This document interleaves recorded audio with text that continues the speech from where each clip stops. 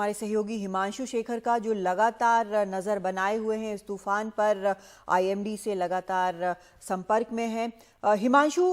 गुजरात के लिए कुछ इलाकों के लिए कहा गया है कि बारिश होगी, कुछ इलाकों में तेज हवा भी चल रही है, और क्या जानकारी मिल रही है आईएमडी की तरफ से?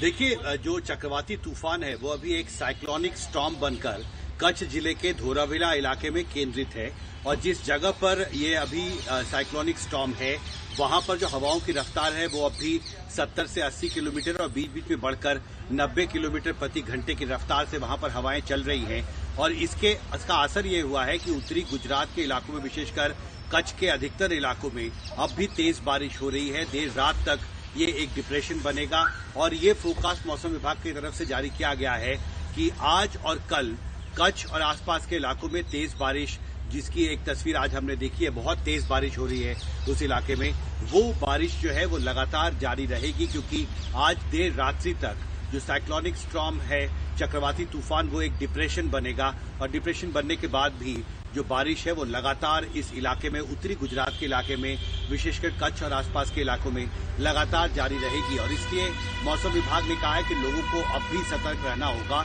क्योंकि अक्सर ऐसा देखा गया है कि साइक्लोनिक स्टॉर्म की वजह से जो बारिश होती है और जब वो डिप्रेशन बनकर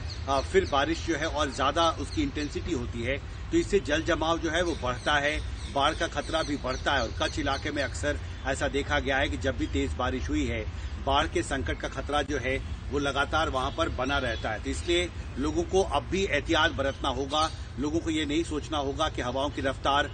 थोड़ी कम हो गई है और इसलिए खतरा टल गया है। लोगों को हालात पर नजर रखने होंगे और बारिश जब तक तेज हो रही है, संभव हो वो घरों के अंदर ही रहें। दूसरी महत्वपूर्ण बात जो मौसम विभाग की तरफ से कही गई है कि इस पूरे घटनाक्रम के दौरान 2 दिन में जिस तरह से अर्ली वार्निंग सिस्टम्स की मदद से फोरकास्ट जो है वो सही तरह से करने में मौसम विभाग कामयाब रहा है,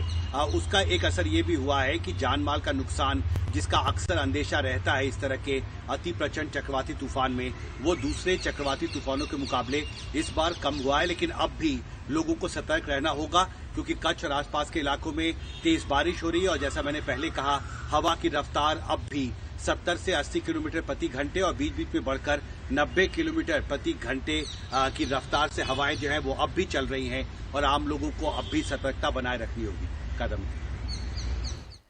हिमांशु, आपने बोला कि 2 दिन और अभी बारिश की आशंका है, तेज बारिश की, और जिस तरह से हवाएं चल रही हैं वो भी काफी तेज हैं। तो क्या हम ये समझें कि कम से कम 2 दिनों तक जिन लोगों को इवैक्यूएट किया गया है या जो लोग एहतियात बरत रहे हैं, 2 दिन तक वो इसी बिल्कुल अटेंशन में रहें, ताकि जब तक ये सारा कुछ गुजर नहीं जाता है, चक्रवात का सारा असर गुजर नहीं जाता है, तब तक बिल्कुल सुरक्षित नहीं है? देखिए, निश्चित तौर पर, क्योंकि जो रिलीफ कैंप में जिन लोगों को रखा गया है, देखिए करीब 2.25 लाख लोगों को वहां से हटाया गया है। और एनडीआरएफ के डायरेक्टर जनरल ने एनडीटीवी से ये कहा है कि अब भी करीब 1000 गांव है जहां पर बिजली गुल है। बहुत सैकड़ों पेड़ जो है वो गिर गए हैं। सड़कों को क्लीन करने की जो कोशिश है, सफाई की कोशिश एनडीआरएफ के जवान लगातार कर रहे हैं। और अभी भी सड़कें हैं जो पूरी तरह से खुल नहीं पाई हैं। तो जो लोग प्रभावित हैं, जिनके घर टूट गए हैं, मुझे लगता है उनको अगले कुछ दिन तक सरकार के मदद पर आश्रित रहना होगा, क्योंकि अगर 500 से ज्यादा घर टूटे हैं इस साइक्लोन में, तो आप मान सकते हैं करीब 500 ऐसे परिवार हैं जिनके पास अभी फिलहाल छत उनको मिलेगा, इसकी संभावना लगभग नहीं है। और उन्हें उनके जीवन को एक बार फिर से बहाल करने में, और जो हजारों लोगों को जो वहां से शिफ्ट किया गया 2 दिन में, उनको दोबारा अपने घरों में, अपने इलाकों में वापस ले जाना भी मुश्किल होगा अगर इन इलाकों में तेज बारिश की स्थिति लगातार बनी रहती है। बहुत शुक्रिया आपका हिमांशु, विस्तार से ये पूरी जानकारी देने के लिए।